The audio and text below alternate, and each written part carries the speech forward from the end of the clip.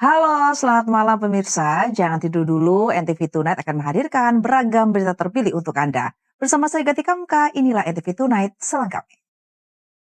Pemirsa, mantan Menteri Agama Yakut Khalil Qomas ditetapkan sebagai tersangka korupsi kuota ibadah haji pada penyelenggaraan ibadah haji pada periode 2023-2024. Gus Yakut, sapaan akrabnya itu, membantah menerima keuntungan dari pembagian kuota ibadah haji tersebut.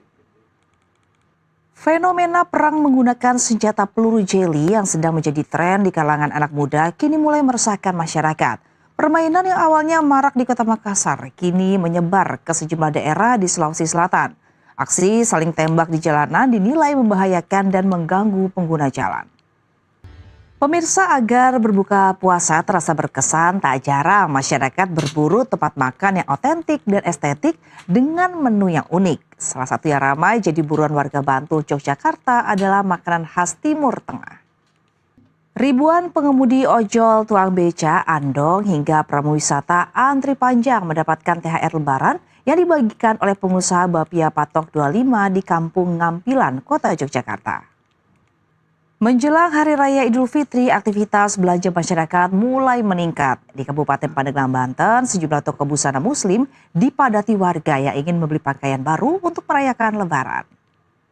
Pemirsa, sebanyak 26 pasangan bukan pasangan resmi suami istri terjaring razia penyakit masyarakat yang digelar petugas gabungan Satpol PP, POM TNI, dan Polres Karawang, Jawa Barat.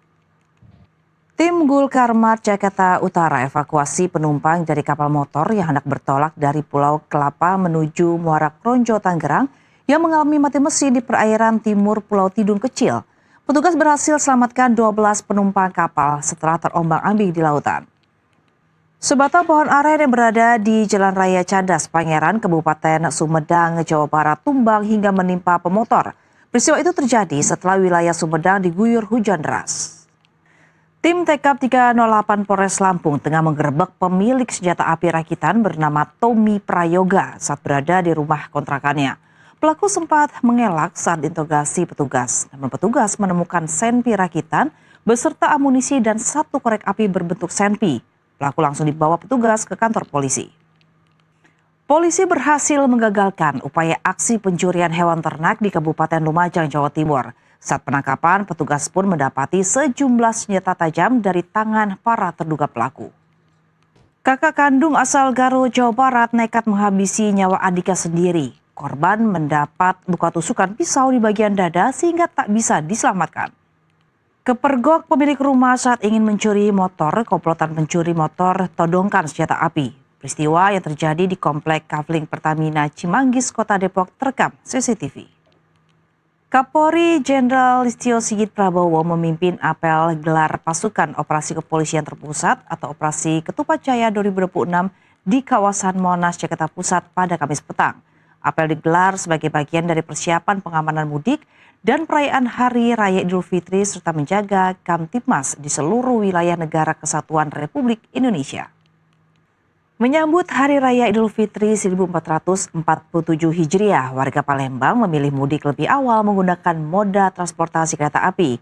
PT KAI Daerah 3 Palembang kini telah menyiapkan 65.000 kursi penumpang dengan rata-rata 2.900 tempat duduk per hari. Menjelang arus mudik Lebaran, keberadaan mobil travel gelap di wilayah Cianjur, Jawa Barat kian marak. Akibatnya penumpang di sejumlah terminal di wilayah Kabupaten Cianjur pun sepi. Menindaklanjuti hal tersebut, puluhan sopir angkutan Elf menggelar sweeping. Pemerintah memproyeksikan konsumsi bahan bakar minyak akan meningkat 12% saat periode mudik dan libur Lebaran tahun 2026. Antisipasi lonjakan, pemerintah bentuk posko nasional sektor ESDM. Pemirsa, tersangka kasus pencemaran nama baik terkait ijazah Presiden ke-7 Jokowi, Rismon Hasiholan Sianipar, menemui Presiden ke-7 Republik Indonesia Joko Widodo di rumahnya di Gang Kutai Utara 1, Sumber Banjarsari, Solo, Jawa Tengah. Rismon menyatakan tidak ada kejanggalan terhadap keaslian ijazah sarjana milik Jokowi. Kejaksaan Agung Republik Indonesia berkolaborasi dengan Badan Permusyawaratan Desa melalui Asosiasi Badan Permusyawaratan Desa Nasional, APEDNAS, akan turun mengawasi pengelolaan dana desa. Langkah ini dilakukan untuk mencegah praktik penyimpangan serta menekan kasus korupsi dalam pengelolaan dana tersebut. Pemirsa, Israel membombardir pinggiran selatan Beirut pada Rabu malam untuk membalas operasi baru kelompok militan Hizbullah yang menembakkan roket dan rudal ke Israel Utara. Jumlah korban tewas di Lebanon meningkat melewati 630 orang. Pemirsa, demikian NTV Tonight malam ini. Akhir kata, saya Gatika Muka pamit dulu diri. Selamat beristirahat dan sampai jumpa.